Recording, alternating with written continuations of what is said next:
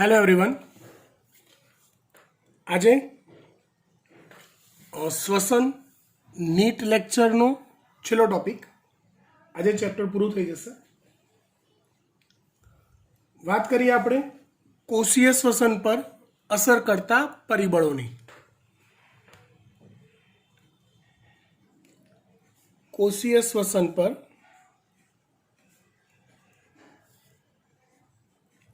અસર કરતા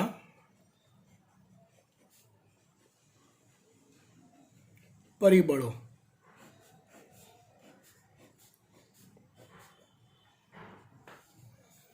કયા પરિબળોની કોષીય શ્વસન પર અસર થતી હોય? તો પહેલું પરિબળ આપણે પસંદ કરીએ તાપમાન.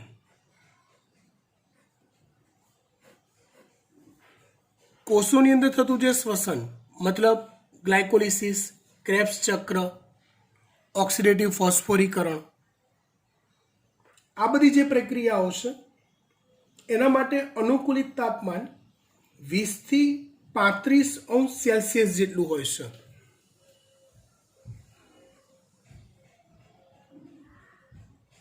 અનુકૂલિત તાપમાન 20 થી 35 અંશ સેલ્સિયસ જેટલું હોય છે.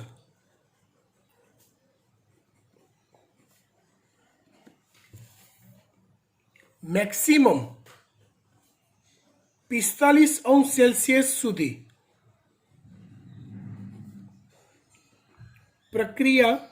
શ્વસન પ્રક્રિયા થઈ શકે છે. કેમ કે જો શ્વસન એક ઉત્સેચકીય પ્રક્રિયા છે, 45 અંશ સેલ્સિયસથી જો તાપમાન વધ્યું તો શ્વસન પ્રક્રિયામાં ભાગ લેતા જે ઉત્સેચકો છે એ ઉત્સેચકો વિનૈસર્ગીકૃત થાય છે અથવા તો વિઘટન પામે છે. આથી શ્વસન પ્રક્રિયા અટકી જાય છે, ધીમી પડી જાય છે. બરાબર. નીચા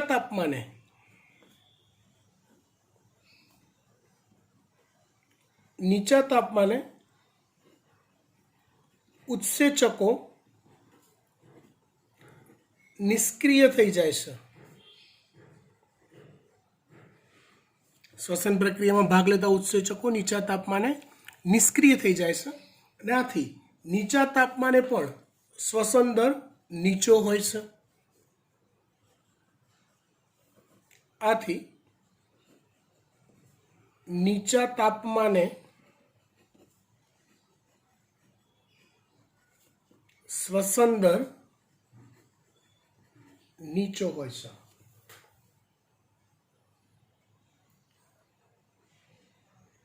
પહાડી વિસ્તારોમાં નીચા તાપમાનને કારણે પૂરા વર્ષ દરમિયાન બટાકાના પાકનું ઉત્પાદન વધુ પ્રમાણમાં થાય છે. આ વાત બહુ જોરદાર છે. જો સમજ પડે તો હું પાડું છું. પહાડી વિસ્તારમાં નીચા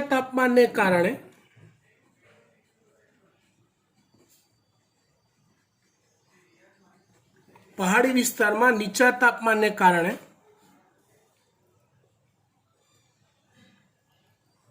બટાકાનું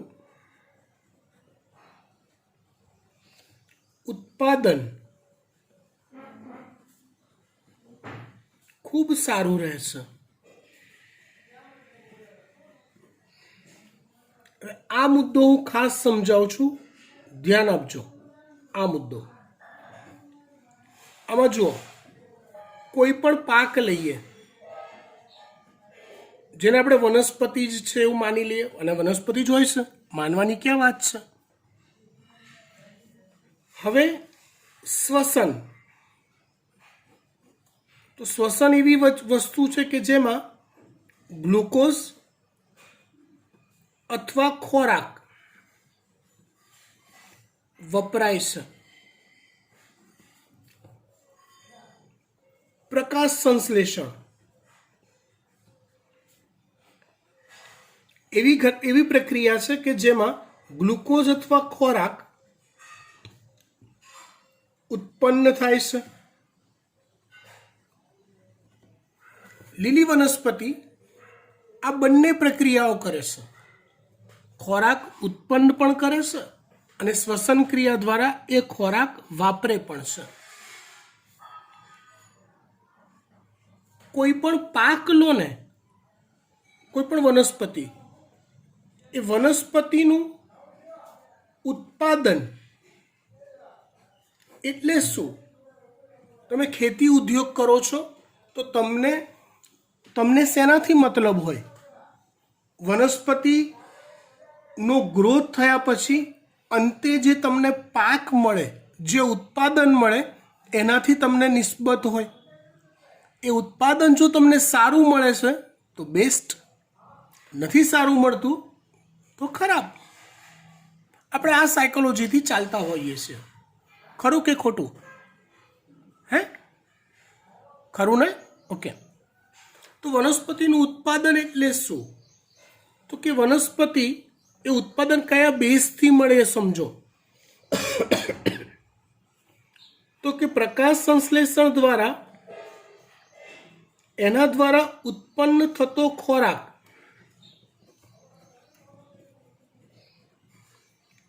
અને એ જ વનસ્પતિ દ્વારા શ્વસન દરમિયાન વપરાતો ખોરાક, પ્રકાશ સંશ્લેષણમાં ઉત્પન્ન થતો ખોરાક માઇનસ, આ માઇનસ છે, શ્વસન દ્વારા વપરાતો ખોરાક ઇઝ ઇક્વલ ટુ વનસ્પતિની બચત. અને એ વનસ્પતિની બચત મતલબ આપણા માટે પાકનું ઉત્પાદન થાય. શોર્ટ એન્ડ સ્વીટ, વનસ્પતિ પ્રકાશ સંશ્લેષણ વધુ કરે અને સામે જો શ્વસન દર એનો ઓછો હોય, સામે જો શ્વસન દર એનો ઓછો હોય તો એ ખોરાક ઓછો વાપરે. ઉત્પાદન વધુ કરે, વાપરે ઓછું, તો બચત અથવા આપણા માટે પાકનું ઉત્પાદન વધુ થાય. ઠંડા પ્રદેશમાં, પહાડી પ્રદેશમાં તાપમાન નીચું હોય છે. નીચું તાપમાન હોવાના કારણે વનસ્પતિનો શ્વસન દર ઓછો હોય છે. અને શ્વસન દર ઓછો હોય એટલે શું થાય? તો કે વનસ્પતિ શ્વસનમાં ખોરાક ઓછો વાપરે, પ્રકાશ સંશ્લેષણ સારું થાય, શ્વસનમાં ખોરાક ઓછો વપરાય તો ઉત્પાદન તમને સારામાં સારું મળે. એટલે જો તમને ક્યાંક લોજિકલ ક્વેશ્ચનમાં એવું પૂછે કે વનસ્પતિનો શ્વસન દર વધુ છે, જો વનસ્પતિનો શ્વસન દર વધુ તો એ વનસ્પતિ માટે ભલે ફાયદાકારક હોય કે ના હોય, પણ એઝ એ ખેતી ઉદ્યોગ કરનાર વ્યક્તિ તરીકે વનસ્પતિમાં વધુ શ્વસન દર એ નુકસાનકારક કહેવાય. વધુ ઉત્પાદન મેળવવા માટે વનસ્પતિનો શ્વસન દર ઓછો હોવો જરૂરી છે. ક્લિયર આ વાત? મગજમાં બેસાડી દીધી? ડન? પાક્કું? ફાઇન. આને હું બ્લોક કરી દઉં એટલે તમારા મગજમાં આ વસ્તુ ફિટ રહે. ફાઇન. ચલો, ત્યાર પછી અસર કરતું બીજું પરિબળ છે ઓક્સિજન.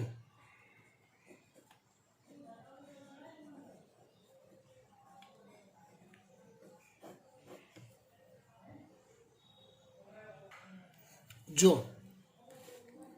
શ્વસન તે બે પ્રકારના છે, જારક અને અજારક. એટલે બંનેને અનુલક્ષીને ઓક્સિજનની અસર આપણે સમજવી પડે.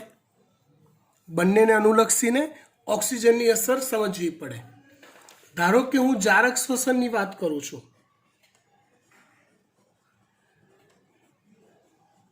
ધારો કે હું જારક શ્વસનની વાત કરું છું તો ઓક્સિજનની વધતી સાંદ્રતાએ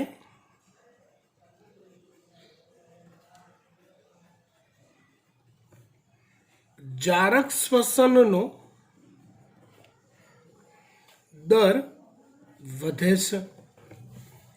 ઓક્સિજનની વધતી સાંદ્રતાએ જારક શ્વસનનો દર વધે છે. અને જો હું અજારક શ્વસનની વાત કરું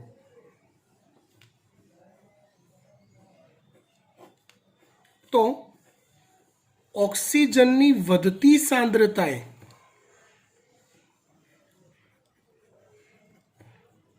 અજારક શ્વસન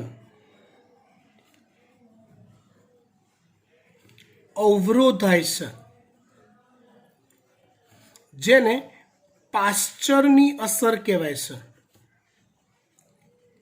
આ ઘટનાની શોધ પાશ્ચર નામના વૈજ્ઞાનિકે કરી હતી, માટે તેને પાશ્ચરની અસર કહેવાય છે. કઈ અસરને? O2ની વધતી સાંદ્રતાએ અજારક શ્વસન અવરોધાય, જેને કઈ અસર કહેવાય છે? પાશ્ચરની અસર કહેવાય છે.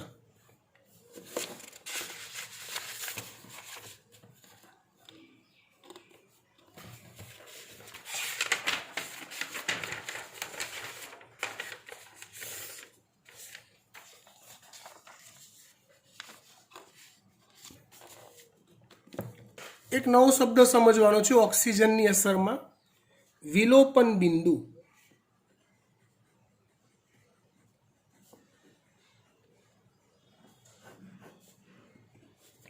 તો ઓક્સિજનની એ ન્યૂનતમ માત્રા એટલે કે ઓછી માત્રા, ઓક્સિજનની એક ન્યૂનતમ માત્રા અથવા ઓછી માત્રા, આ મતલબ એક ઓછામાં ઓછું એક ચોક્કસ પ્રમાણ કે જે પ્રમાણમાં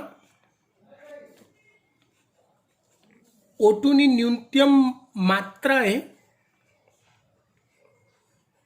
જ્યારે અજારક શ્વસન અટકે એટલે કે એનું વિલોપન થાય, બંધ થાય અને જારક શ્વસન શરૂ થાય, તે માત્રાને વિલોપન બિંદુ કહેવાય છે.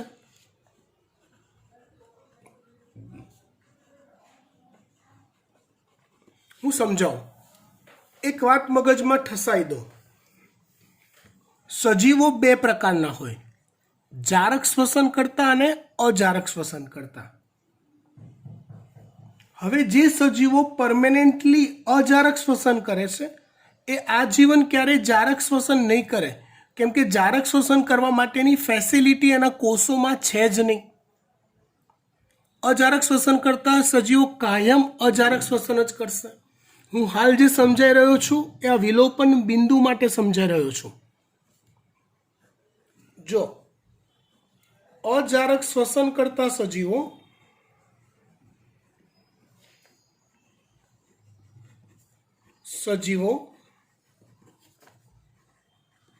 આજીવન અજારક શ્વસન જ કરે છે.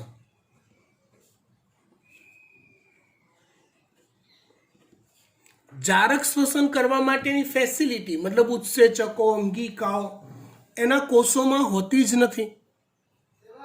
એટલે તમે એને જો ઓક્સિજન પ્રોવાઈડ કરશો તો ઉડતાનું અજારક શ્વસન અવરોધ હશે, પાશ્ચર અસર જોવા મળશે. અન્ડરસ્ટેન્ડ? હા કે ના? કારણ કે જારક શ્વસન માટે જરૂરી ઉત્સેચકો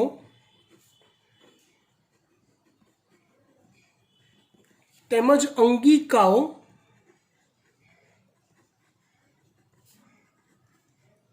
તેમની પાસે હોતી નથી. એટલે જો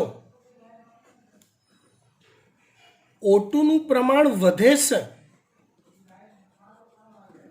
તો તેમનામાં ઉડતાનું અજારક શ્વસન બી અવરોધાશે, એટલે કે પાશ્ચર અસર જોવા મળે છે. ઇન શોર્ટ, બે વાત મેં ક્લિયર કરી. અજારક શ્વસન કરતા સજીવો માટે જ પાશ્ચર અસર થાય. હવે બીજી વાત કરીએ, આને કનેક્ટેડ જ. જો સજીવ જારક શ્વસન કરે છે, કરતા સજીવોની વાત કરું હું કે જે સજીવો જારક શ્વસન કરવા કેપેબલ છે, સમજો બરાબર ધ્યાનથી, એ સજીવો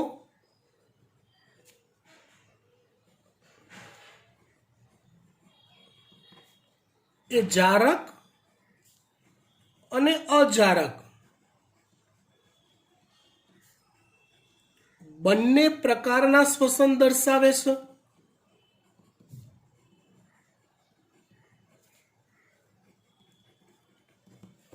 એ સજીવો જારક અને અજારક એમ બંને પ્રકારના શ્વસન દર્શાવે છે. જો એ લોકોને પૂરતો O2 મળતો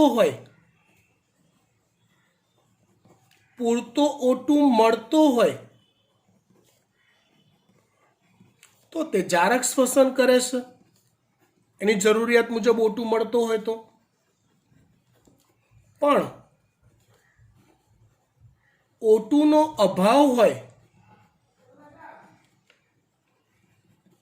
ત્યારે એ સજીવો અજારક શ્વસન કરીને પોતાનું કામ ચલાવી શકે છે. એટલે માની લો કે એને પ્રાપ્ય O2 ની આ વધતી માત્રા હોય, આમ તો આટલા લેવલ સુધી O2 હોય તો એ અજારક શ્વસન દર્શાવે.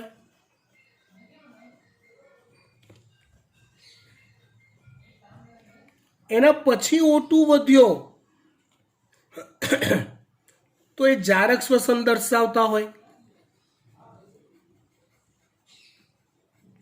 તો આ જે બિંદુ છે ને, એ બિંદુને વિલોપન બિંદુ કહેવાય.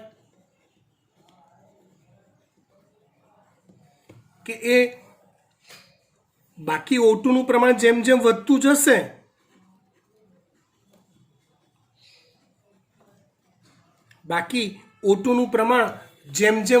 જશે તેમ તેમ જારક શ્વસન વધતું જશે.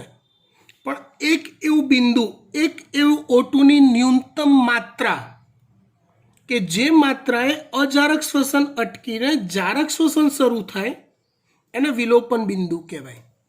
ઇન શોર્ટ, વિલોપન બિંદુ જે શબ્દ છે એ ફક્ત જારક શ્વસન કરતા સજીવો માટે લાગુ પડે છે કે જે જારક અજારક બંને ક્રિયા કરી શકતા હોય. એ ક્યારે જારક કરે, ક્યારે અજારક કરે, તો કે એનો આધાર ફક્ત અને ફક્ત O2 ની માત્રા પર આધારિત હોય. એને જેટલી માત્રામાં O2 જોઈતો હોય એના કરતાં ઓછી માત્રામાં O2 હાજર હોય તો એ કયું શ્વસન કરશે? અજારક. અને એક એવી ન્યૂનતમ માત્રા O2 ની આવી કે જ્યારથી અજારક શ્વસન અટકે અને જારક શરૂ થાય એ માત્રાને વિલોપન બિંદુ કહેવાય છે.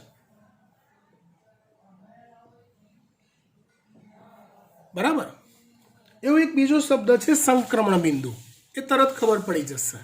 આટલી વસ્તુને હું બ્લોક કરું છું જે વિલોપન બિંદુ અર્થ સમજવા માટે હતું. ફરી એકવાર હું ચોખવટ કરી દઉં ફક્ત 2 જ વાક્યોમાં. પાશ્ચર અસર એ અજારક શ્વસન કરતા સજીવોને લાગુ પડે છે કે જે ફક્ત અજારક શ્વસન જ કરે.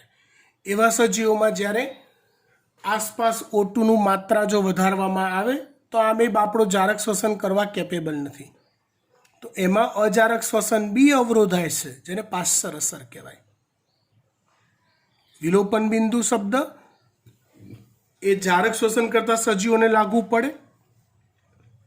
જારક શ્વસન કરતા સજીવો એ અજારક અને જારક આવા બંને પ્રકારના શ્વસન દર્શાવી શકે. જેમાં એક નિયત બિંદુ કે જ્યાંથી એક નિયત માત્રા O2 ની કે જ્યાંથી જારક શ્વસન શરૂ થઈ જાય, અજારક શ્વસન અટકી જાય, એને કહેવાય છે વિલોપન બિંદુ.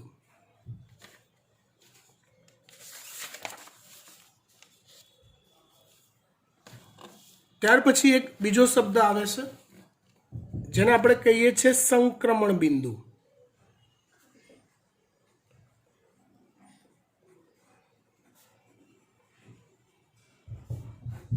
સંક્રમણનો અર્થ થાય મિક્સ, ભેગું. સંક્રમણનો અર્થ થાય મિક્સ અથવા ભેગું, એટલે એક એવી નિયત માત્રા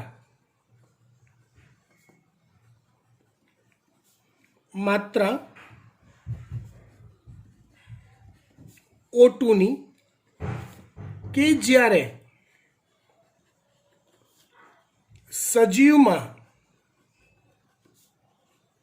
જારક અને અજારક એમ બંને શ્વસન ચાલતા હોય તો તે માત્રાને સંક્રમણ બિંદુ કહે છે. તો તે માત્રાને સંક્રમણ બિંદુ કહે છે. હવે ફરી પાછો આગળના ઓલા આપણે બનાવેલા ચાર્ટ પર જઈએ તો તમે તમારી બુદ્ધિથી વિચારો, આ ચાર્ટમાં સંક્રમણ બિંદુ ક્યાં આવતું હશે? વિલોપન બિંદુની ડાબી બાજુ કે વિલોપન બિંદુની જમણી બાજુ? ઓબ્વિયસલી ડાબી બાજુ, કેમ કે વિલોપન બિંદુ એટલે અજારક શ્વસન અટકીને જારક શ્વસન શરૂ થાય, તો એની પહેલાંની એક ચોક્કસ O2 ની માત્રા એવી હશે કે જે માત્રાએ જારક શ્વસન શરૂ થઈ જાય, જારક શ્વસન શરૂ થઈ જાય પણ અજારક શ્વસન પૂરેપૂરું વિલોપન કે અટકે નહીં, બંને શ્વસન ચાલતા હોય એવી O2 ની માત્રાને કહેવાય છે સંક્રમણ બિંદુ. અને પછી જો O2 નું પ્રમાણ વધે છે તો વિલોપન બિંદુ આવે છે, પછી ડેણ જારક શ્વસન દે વધ્યા જ કરે. Done, good. ત્યાર પછી આપણે વાત કરીએ CO2 ની માત્રાની, જારક શ્વસન પર થતી અસર.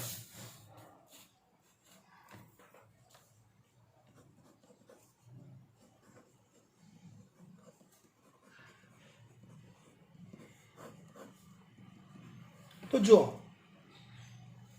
CO2 ની સાંદ્રતા વધે તો વનસ્પતિઓમાં શ્વસનાંકમાં ઘટાડો થાય છે. એકચ્યુઅલી કઈ રીતે એવું થાય તો કે CO2 ની સાંદ્રતા વધે, એ વધે એટલે વાયુરંધ્ર બંધ થાય.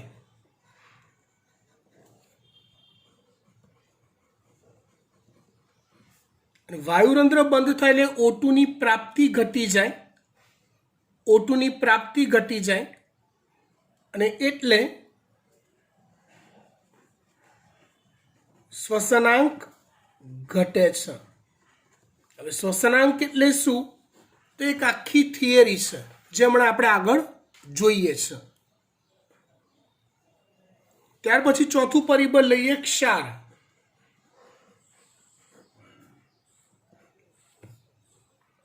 જો વનસ્પતિને પાણીમાંથી ક્ષારના દ્રાવણમાં રાખવામાં આવે તો શ્વસનનું પ્રમાણ વધે છે, જેને ક્ષારીય શ્વસન તરીકે ઓળખવામાં આવે છે. કારણ કે આયનોના શોષણ માટે ચયાપચયી ઉર્જા જરૂરી છે. સમજાવો એક્ઝેક્ટલી, ડોન્ટ વરી. સાદી ભાષામાં કે જો વનસ્પતિને જરૂરી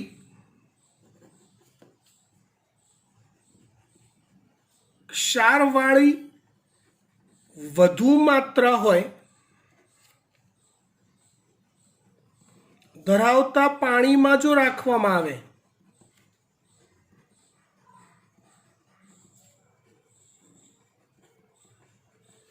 તો શ્વસન દર વધે છે. કેમ? કારણ કે જો તમને મૂળ દ્વારા પાણીનું શોષણ નીટ પ્રમાણે પરફેક્ટ યાદ હોય તો એમાં એવું આવતું હતું, તમને ખબર હોય તો, કે મોટા ભાગના ખનિજ આયનોનું શોષણ સક્રિય રીતે થાય છે, રાઈટ? અને સક્રિય શોષણ કરવા માટે એટીપી જોઈએ, અને એટીપી ઉત્પન્ન કરવા માટે શ્વસન કરવું પડે, કોષીય શ્વસન કરવું પડે, રાઈટ? એટલે અહીંયા એવું કહેવાય, કારણ કે ક્ષારનું અથવા આયનોનું શોષણ કરવા, ક્ષારનું અથવા આયનોનું શોષણ કરવા વધુ માત્રામાં એટીપી જોઈએ, મતલબ કે વધુ માત્રામાં શ્વસન જોઈએ.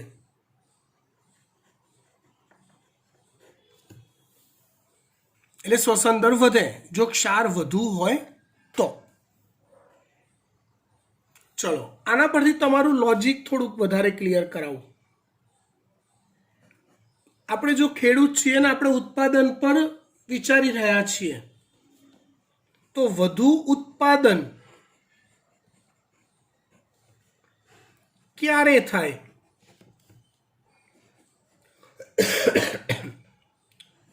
વરસાદના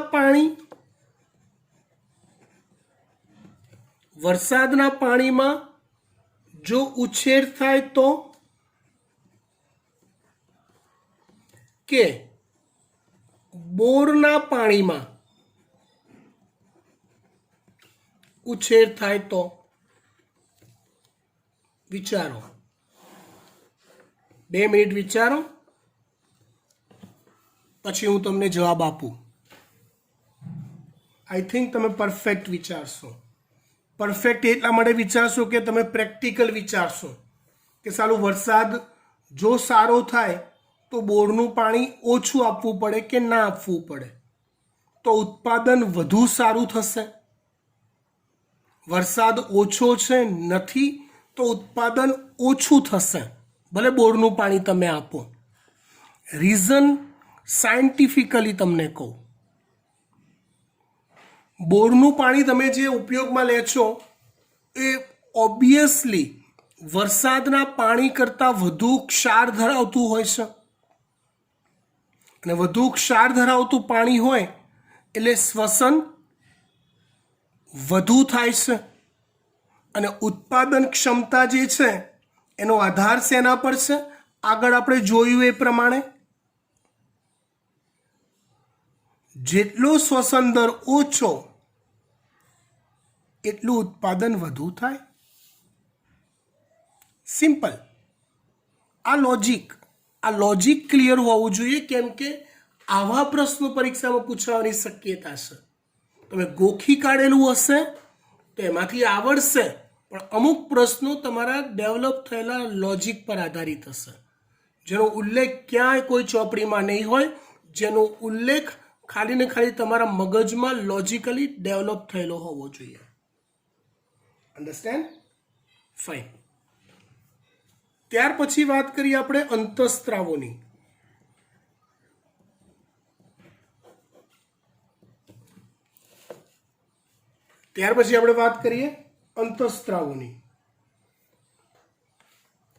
ઇન્ડોલ એસિટિક એસિડ એટલે કે ઓક્ઝિન, GA જિબ્રેલિક એસિડ એટલે કે જિબ્રેલિન, અને સાઇટોકાઇનિન.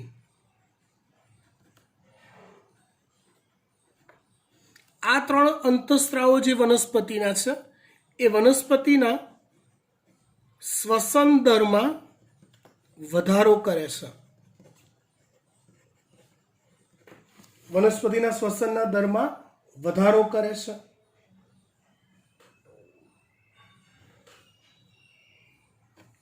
બાકીના જે અંતઃસ્ત્રાવો છે શ્વસન દર ઘટાડે છે.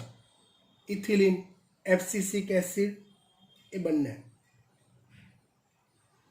ત્યાર પછી વાત કરીએ આપણે પ્રકાશની.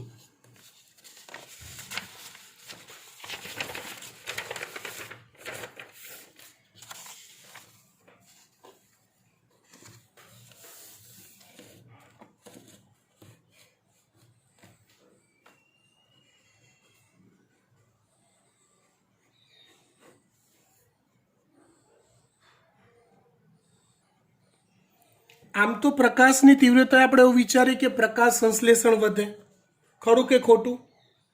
ખરું. તો પ્રકાશની તીવ્રતાએ પ્રકાશ સંશ્લેષણનો દર વધે છે. પ્રકાશની તીવ્રતાએ પ્રકાશ સંશ્લેષણનો દર વધે છે. ડન. પ્રકાશ સંશ્લેષણનો દર વધે છે મતલબ કે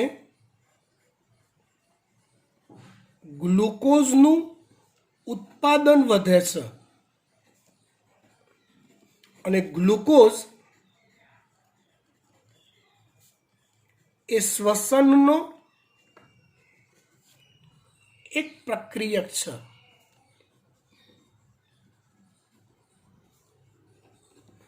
નેચરલી પ્રકાશ વધે તો શ્વસન કરવા માટે વાપરવો પડતો ગ્લુકોઝ વધુ મળશે, પ્રકાશ સંશ્લેષણ વધુ થશે એટલે તો પ્રકાશ સંશ્લેષણનો દર વધે તો શ્વસનનો દર વધે એવું થાય. આ એક લોજિક થયું. બીજું, પ્રકાશનું પ્રમાણ વધતા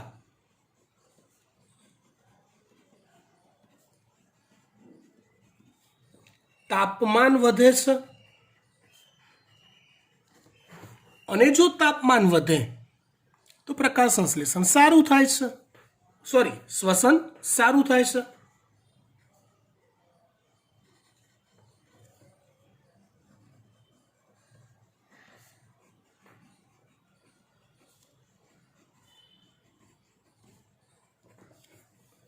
ડન.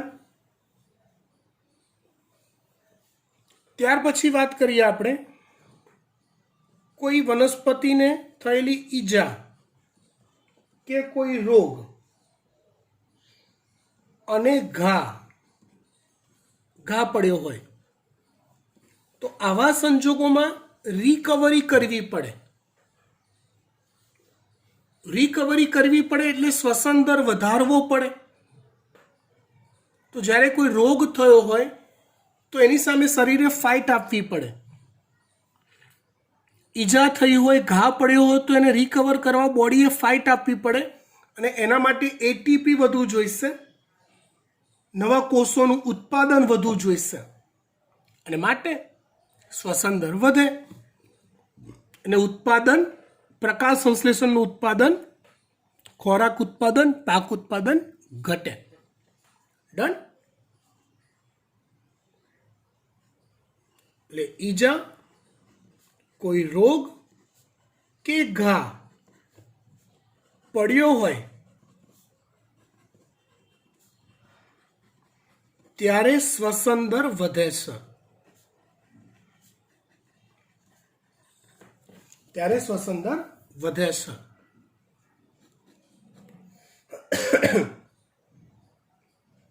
ત્યાર પછી વાત કરીએ અવરોધકો. ઓબ્વિયસલી અવરોધકો હોય તો શ્વસનને અવરોધવા માટેના જ હોય. અવરોધકો હોય તો શ્વસનને અવરોધવા માટેના જ હોય. CN એટલે કે સાયનાઇડ, DNP એટલે કે ડી નાઇટ્રોફિનોલ,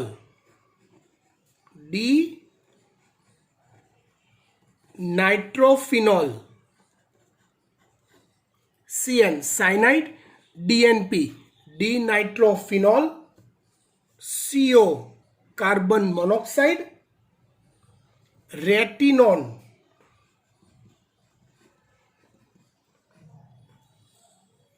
એન્ટીમાઇસિન,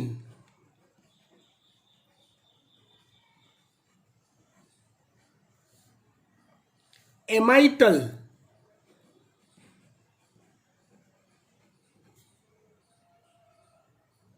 વગેરે શ્વસનને અવરોધે છે.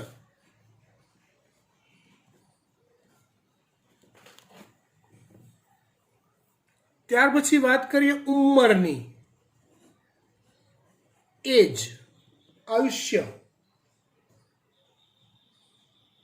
તો જો કોષો યુવાન હોય, યુવાન કોષો હોય તો એમાં શ્વસન દર વધુ હોય છે.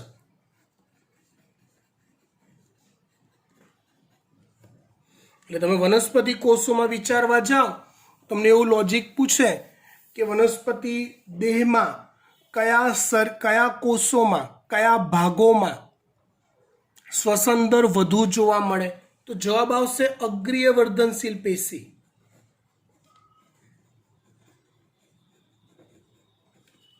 પેશી ના કોષો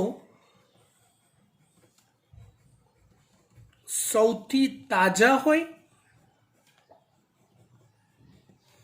અને કોષ વિભાજન પામતા હોય. આથી તેમાં એટલે કે અગ્રીવર્ધનશીલ પેશીના કોષોમાં શ્વસન દર મહત્તમ હોય.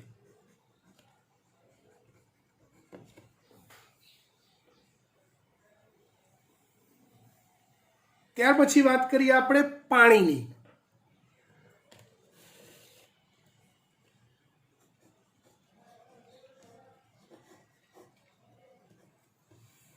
તો વનસ્પતિઓમાં જેમ પાણીનું પ્રમાણ વધે